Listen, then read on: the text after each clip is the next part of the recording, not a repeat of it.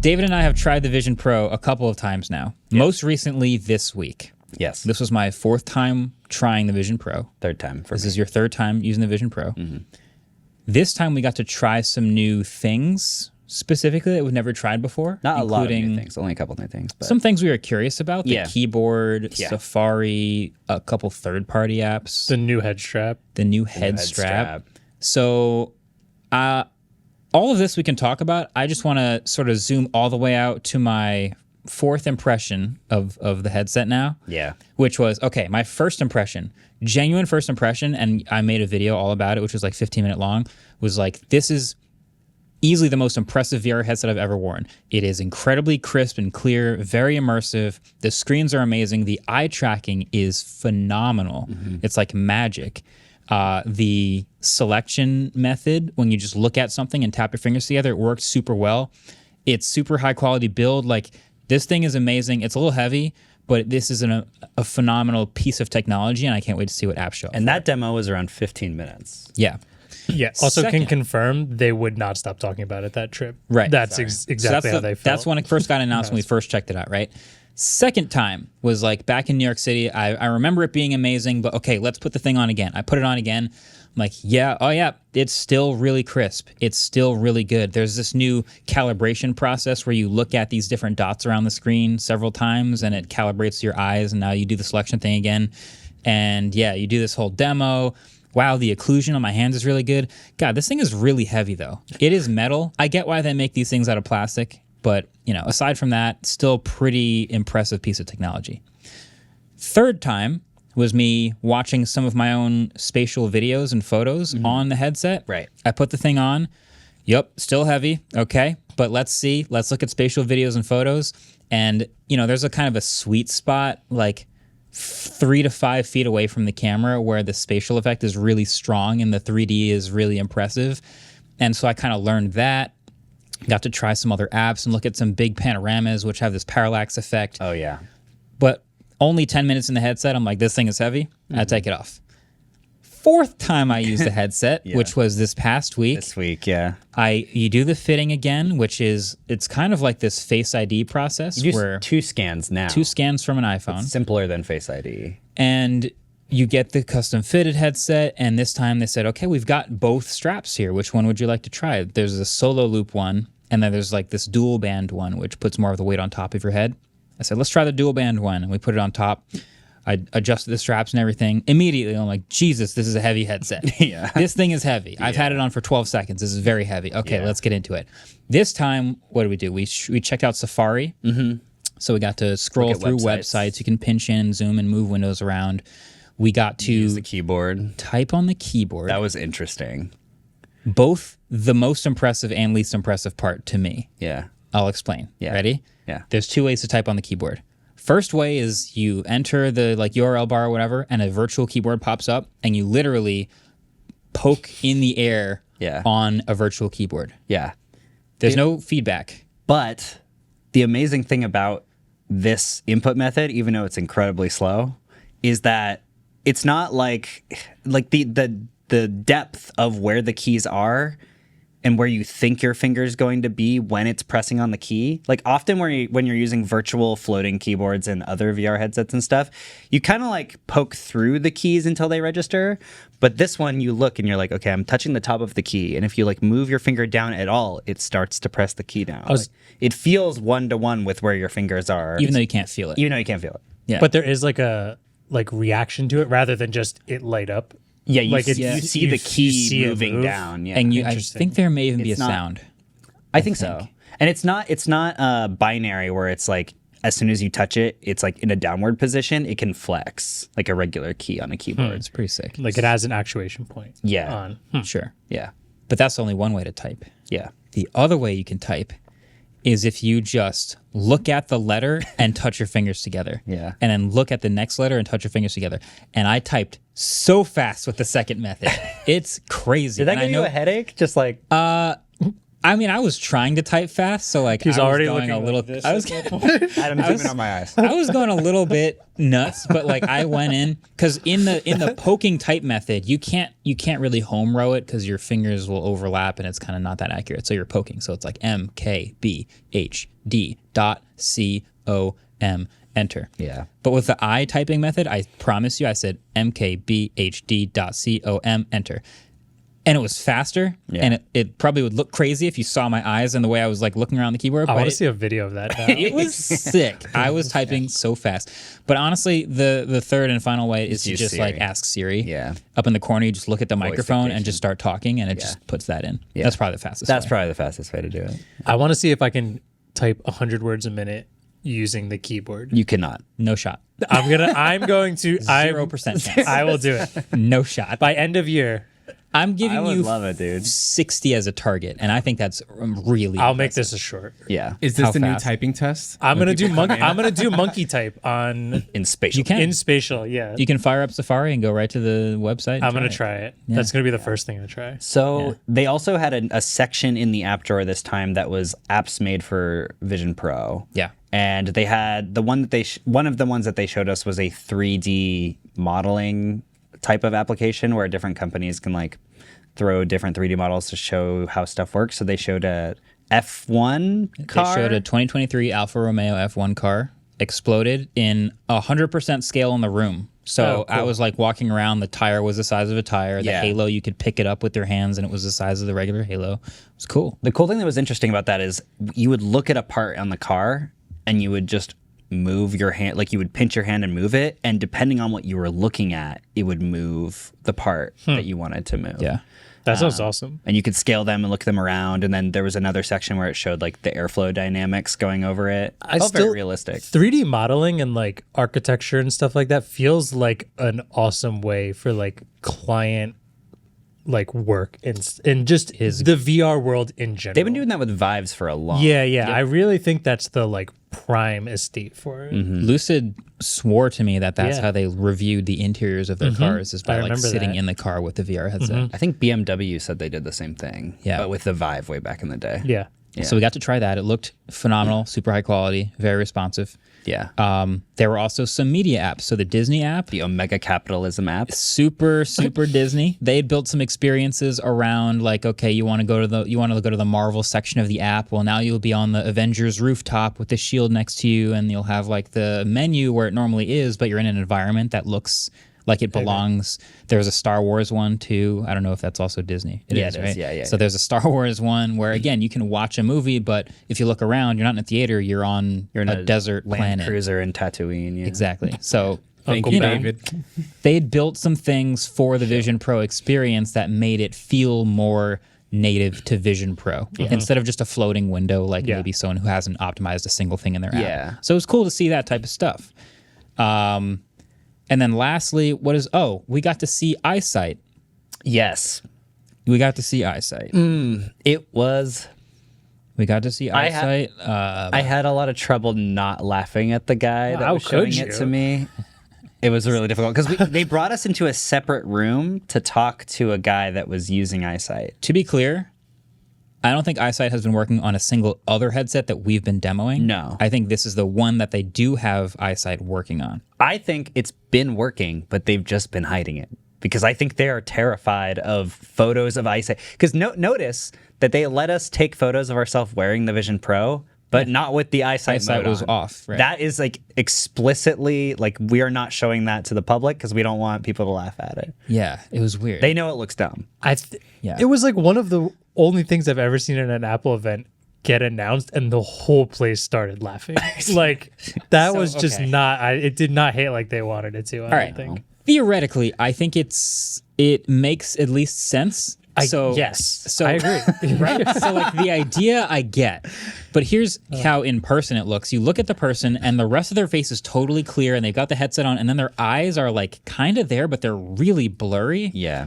And so you're not really looking at someone's eyes. In the headset, I'm sure they think they're looking into your eyes, but you're looking at a blurry, weird look version of their eyes. Okay, fine. When they go into an environment or look at some media Have a screen in front or of them. have you occluded, Yeah. instead of showing their eyes, it will show that like purple, blue, shimmery thing that we saw in the photos of us wearing it, which makes sense. So now the person looking at the headset wearer knows they can't see me. And if you're in the headset and you look at the person through the window or whatever for long enough, it will create a little parting in the fog. Yeah. And the occlusion on the outside with the eyes will also create a little parting in the purple fog. So now it's blurry eyes and purple fog. And if they have a window between them and you, there's a reflection, like a blue reflection in their eyes on the headset. Oh, okay. There's so much small detail with this feature. I think the whole like you have a window and you can have someone kind of appear through it, so you're not like way too in the zone. That I think feature, by the way, amazing. I remember when they put that at WWDC. That's what I said in the Vergecast thing is my favorite thing they did. It is a great idea, and like you said, everything about eyesight makes perfect sense. It just looks so silly. It's crazy. Yeah. Now, to top it all off, we finish this demo experience. I take the headset off. Oh my God, it's so heavy. Yeah. It's the heaviest VR headset you'll ever wear. And that's not just the metal. Like the battery isn't even on the headset. It's a cable that's like wrapped around and behind you in your back pocket. Just the metal, the glass, the second display, there's a lot of compute. It's a heavy headset. And this is why I keep saying, I think my favorite use case of this, still from what I've experienced, is going to be sitting back in a chair where my head is propped up and watching a movie on a plane. Give me the heavy headphones, give me the heavy headset, and I just lean back, and then I can watch the movie and not strain my neck because I'm not moving my neck. What's that chair everyone has for like listening to records? The Herman Miller chair? I think so, right? I think it's a Herman Miller. Ellis, do you know that one? My grandpa had that swag leg? chair that everyone uses to listen to records with like the footstool and the... Yeah, My grandpa's chair. That's going to turn into the new Vision Pro Vision chair. Pro So headset. you can just lean like a back and it can doctor's support. chair. I think Dentist. there's a lot of reactions to what I was talking about with the weight online. To be clear, I don't think it's a deal breaker. I just think you're going to notice it very quickly. And if you look at the people who have posted photos of themselves wearing it, everyone has one thing in common. Is it's pushing down right on the bone of your cheek, like on right above your cheeks, and it's like pushing. You can see it in everyone's pictures. Yeah. It's pushing them down because that's where most of the weight is sitting. We tried both of the bands. Yeah. The Solo Loop, weirdly to me, and again, this is such a fast demo, it was more comfortable for me. Yeah. Even though it felt even heavier. I think that's also true for me. And I had the dual loop on, the dual head strap on, and I tightened the top and then tightened the back and then tightened the top and then the back again, and I thought I got it nice and snug, but it was kind of lifting from my cheeks, which made it feel lighter, but it was pressure. less. Yeah, it was more pressure at the top and then less of a light seal at the bottom. So I actually preferred the Solo Loop band, Yeah. if that makes sense. I think I did too. Okay, I have a question. Yeah. When you say it's heavy, can I get some sort of comparison? Like heavy, like Absolutely. a helmet, or You're wearing M50s right now, plastic headphones. well, no, Sony Sony. MDR, Or Sony, even 75. better, Okay. plastic lightweight headphones. Yeah. You've worn AirPods Max, right? Yes. It's that equivalent difference. Interesting. So if you're not thinking about that's a it, good you can wear it for 25, 35 minutes and maybe never even notice. And if the band's right on the top of your head perfectly and you're just sitting back listening to music, fine. But the second you move your head around or think about it or start to get that fatigue, it wears way faster than a lightweight plastic. For me, I took it off and my head hurt for a while. Yeah, there's various levels of people getting like headaches. I had like a light headache for sure. Yeah. And I wore it for maybe 20 minutes, 25 minutes. Yeah. The most interesting thing for me, because today, the day that everyone's watching this and listening to it, is the day that the pre-orders open. It is. Which in the first batch, there are apparently only going to be 60 to 80,000 units for launch day. I think they're going to be impossible to get. I think this is probably really fast.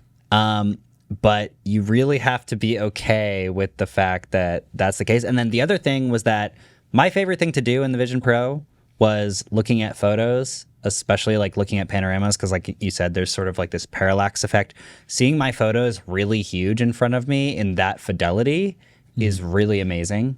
I even enjoyed like watching the photos that they had taken of just like people and stuff. Oh, It was kind of fun to look at. Yeah. I don't know if that's a $3,500 use case device, and they don't have any first-party apps that they are feeling like are a killer application that people should be spending $3,500 on this thing for. They're really, really, really leaning into developers to figure out why people should buy the Vision Pro. Because as it stands, I do not see Apple with an app that comes with the Vision Pro that I would say this is worth buying the Vision Pro for. Okay, here's my theory. You know how every time you get a new like computer or laptop from Apple, they give you the classic like demos of, okay, here's the Final Cut demo, here is the Safari demo, here is the Blender demo. And you get to see what they think people will value most about that computer based on the demos and the stuff they show. With this one, I think the killer app right now is just media, just watching videos, photos and videos, Apple TV, even going in the browser, watching YouTube videos. I really, really hope there's a YouTube app at launch that lets me watch 360 videos and regular videos in a theater mode and stuff like that. Yeah. It's the number one most impressive thing to do on that. I don't really want to spend a while browsing in Safari on a Vision Pro. Same. It doesn't feel that much more The idea fun. for, like, if I'm going to be in a browser, they have a feature where if you're using the Vision Pro and you look at your MacBook screen, additional screens will pop up. We didn't get to use that, Yeah, I wanna but try they that. said that would be a thing in the launch. So I would probably try that, just having additional monitors around you. But yeah, regular browsing in a Vision Pro, it's not going to be a laptop replacement for me. That also, like, that scenario seems to be what VR in general wants to get to, is the like, let's work this into your workflow, even though we only have a 2-hour battery life. But besides the point of that, Plug it to the wall though. okay. Yeah. But like when you said before this, the weight wasn't a deal breaker.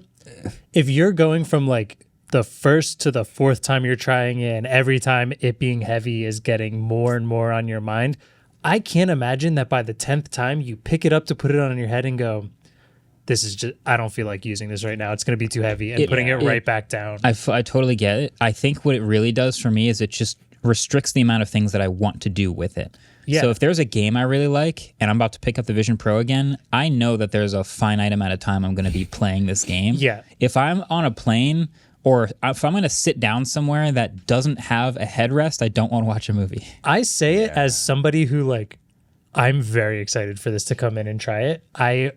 The only Apple stuff I use is in the studio. I am not Apple anything, and I still think this thing looks really cool. I would never spend $3,500 of my own money on it, but I can't wait to try it. I think there's a lot of stuff in it. It seems like interactions are like revolutionary almost, but the weight thing, and like how they want it to be a work, and they talked about work stuff a lot. There was a lot of some stand demos. at your desk. Yeah. Here's a keyboard. Here's 3D modeling. I just can't, with how much you're already saying how heavy it is, like, it's going to be sitting on their desk and be like, oh, I'll use I don't feel like This putting is the that on thing right too, now. is because it's $3,500, and something that's $3,500 that you're only going to use for like 5 to 10 minutes every few days. The use case there is not there for most people. So then maybe we can consider it to have 7-day battery life if you're never going to use it for more than like 20 minutes. My all theory, week battery life. my theory for the reason why it's 3,500 and everything is They don't only- want people to buy it. They don't want First people generation to buy it. people. I think there's Yeah. going to be people who are Agreed. developers that buy it and they have it, and then when friends come over and family come over, they're like, "Oh, that's the thing. Let me try it." We've all seen people's first reactions to VR when they put on like the Oculus back in the day. It's like magic. Yeah. So that's the experience that Apple wants for these in people's homes. I agree. And I feel like we've been saying that for a long time. Like, this feels like the developer version that they just don't want to say developer version. But there are so many people out there that are going to buy this that aren't developers. I wonder, like, why not make it developer version so you can actually make sure all the developers get it? And there's going to be a ton of people who want to develop for this that it's going to get sold out and they're not going to get it. You can because still they're develop offering for it it to the without public. it. You just don't have the ability to look at it in the headset. You're not going to be able to do it as well if you don't get to test Probably, it in the yeah. headset. I'm sure there are people out there who can. I'm sure you can still develop for it. I'm not a developer, but I'm sure if you're developing for it, you would prefer to have one, and there will be people who don't get it. Yeah, you can because like, the you public develop in can. a virtual environment, and like if you're developing on a phone, you just have to simulate how people will tap your phone, which is pretty easy with a mouse. Yeah. But if you're doing the whole Vision Pro thing, Yeah. there's a lot more to it. I a think lot. it's a lot more work. Yeah. I'll say one more thing. What was I going to say about Vision Pro? I have one more quick thing. Oh. Okay. I had someone ask recently like, oh, what do you think? And I ended up just summarizing it. I summarized it as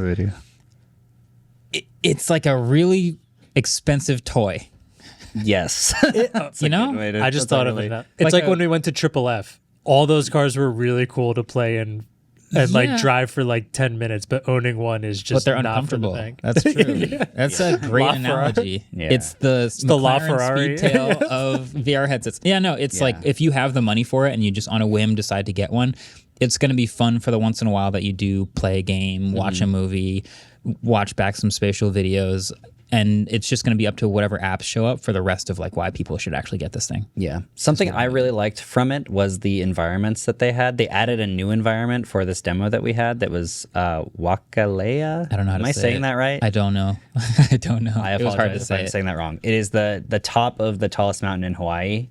And it was quite cool because if you pulled up like a movie or something and you played the movie, you know how companies are releasing those like backlighting for TVs that will sort of ambiently play the lighting behind the TV? It like bounces off of the clouds that are floating that's cool. below the mountain. So it has this like very ambient effect. There's also with the spatial audio, you can kind of sort of hear the wind kind of going like, So it feels like you're watching something. it really in the place. and the fidelity of the rocks and everything is amazing. The interesting thing is like with a laptop or a phone, you have some customization through a wallpaper. With this, they're giving you environments, and then some apps like the Disney app also can develop their own environments. I don't know whether or not developers of other apps can develop their own environments. If like Notion wanted you to have a Notion environment or something like that. I think so, yeah. The bummer for me is there's no personalization aspect of this device, right? Like Unless you consider the transparent mode the personalization. Because it's your house.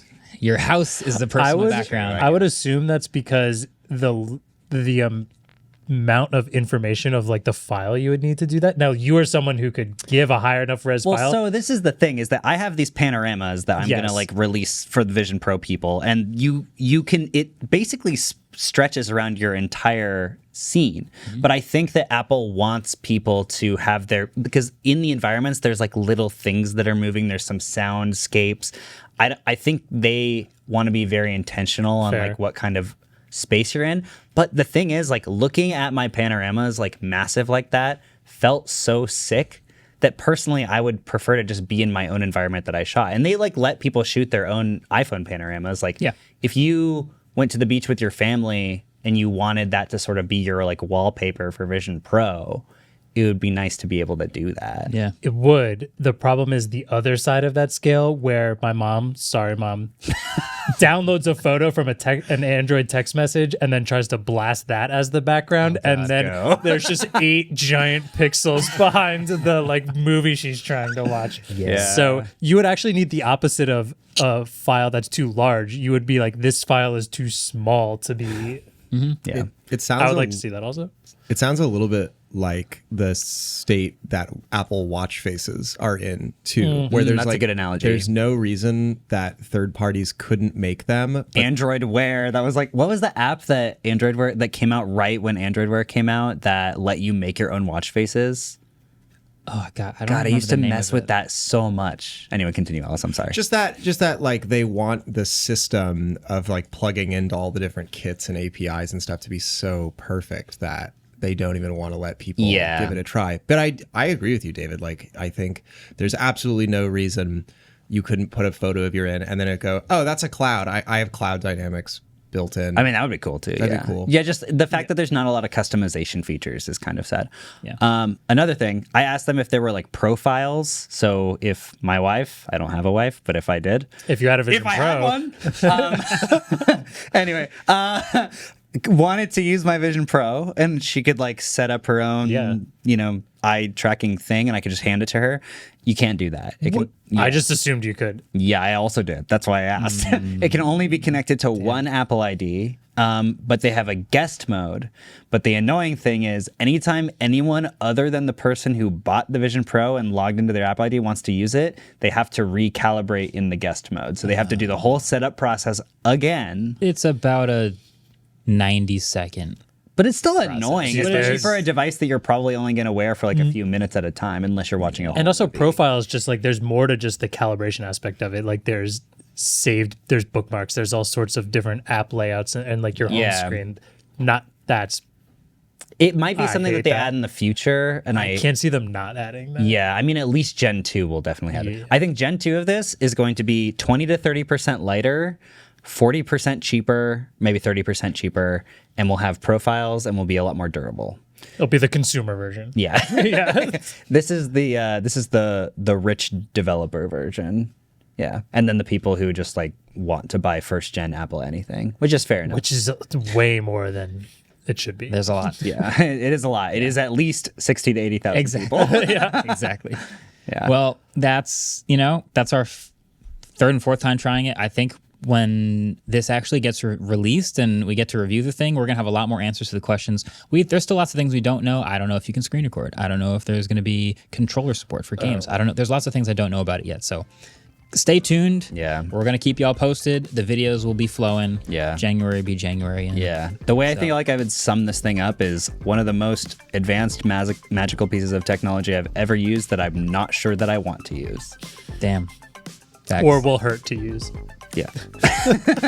Can we say like subscribe into Google Translate and have it Oh yeah. say it? Say like and subscribe. Subscribe in French is just vo. Wah. Okay, I'm gonna go English to. Wah. You like French? You want to hear French? Sure. I almost guarantee it's gonna sound just like that. Ready? Download French. Translate to French. Why is it taking so long? Oh, okay. Done. Translate to phone. English. Let's go to. Translate This is an exhilarating Clips Sorry, this is outro. taking a long time. All right, ready? phone. Knowing Demont. Subscribe to this YouTube channel right away.